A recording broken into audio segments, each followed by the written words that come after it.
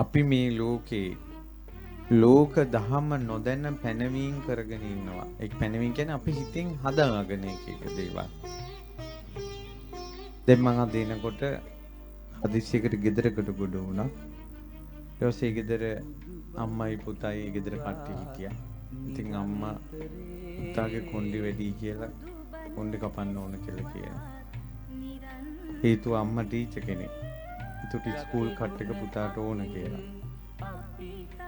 ඊට මම මේ පුතාගෙන් ඇහුවා පුතේ ඔයාගේ ඉස්කෝලේ දැන් අම්මා වෙන ඉස්කෝලේක උගන්වන්නේ පුතා වෙන ඉස්කෝලේක යන්නේ. මං ඇහුවා පුතේ ඔයාගේ ඉස්කෝලේ ටීචර්ලා ඔයාට කොණ්ඩේ වැඩි කියලා දොස් කිව්වද? කිව්වේ නැහැ. ඊට පස්සේ මං කිව්වා අර අම්මට කිව්වා ටීචර් ඔයා දරුවෝ දිහා බලන්න ටීචර් කෙනෙක් විදියට ඔයාගේ දරුවෝ දිහා. ඔයාගේ දරුවා දිහා ඔයා ගෙදර ඇවිල්ලා අම්මා කෙනෙක් වගේ බලන්න. ඒ කියන්නේ අම්මා කෙනෙක් දරුවෙක් දිහා බලන විදියට ඉස්කෝලේ ටීචර් කෙනෙක් විදියට ඔයා බලන්න එපා. එතකොට මේ ළමයාට පැය 24ම ඉස්කෝලේ.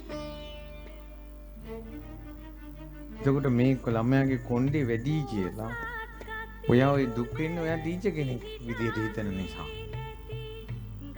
අම්මා කෙනෙක් විදියට හිතුවා නම් ඒ ළමයාගේ කැමැත්ත ඉස්කෝලේනුත් ප්‍රශ්නයක් නැත්තම් ඒ ළමයාගේ කැමැත්ත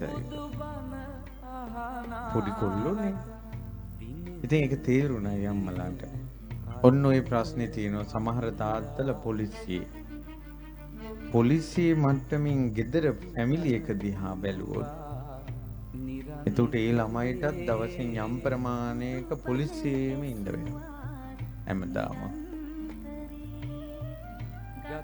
ඊට පස්සේ ආයතනික ප්‍රධානියෙක් ඒ මානසික මට්ටමම ගෙදර තියාගත්තොත් ගෙදර මිනිසුන්ටත් වැඩපලක ඉන්නවා වගේ ඉන්නේ. ඒ නිසා මේ හිත්වල තියෙන අවුල් ටික ලියාගත්තොත් මිනිසුන්ට සැනසෙල්ල ඉන්න පුළුවන්.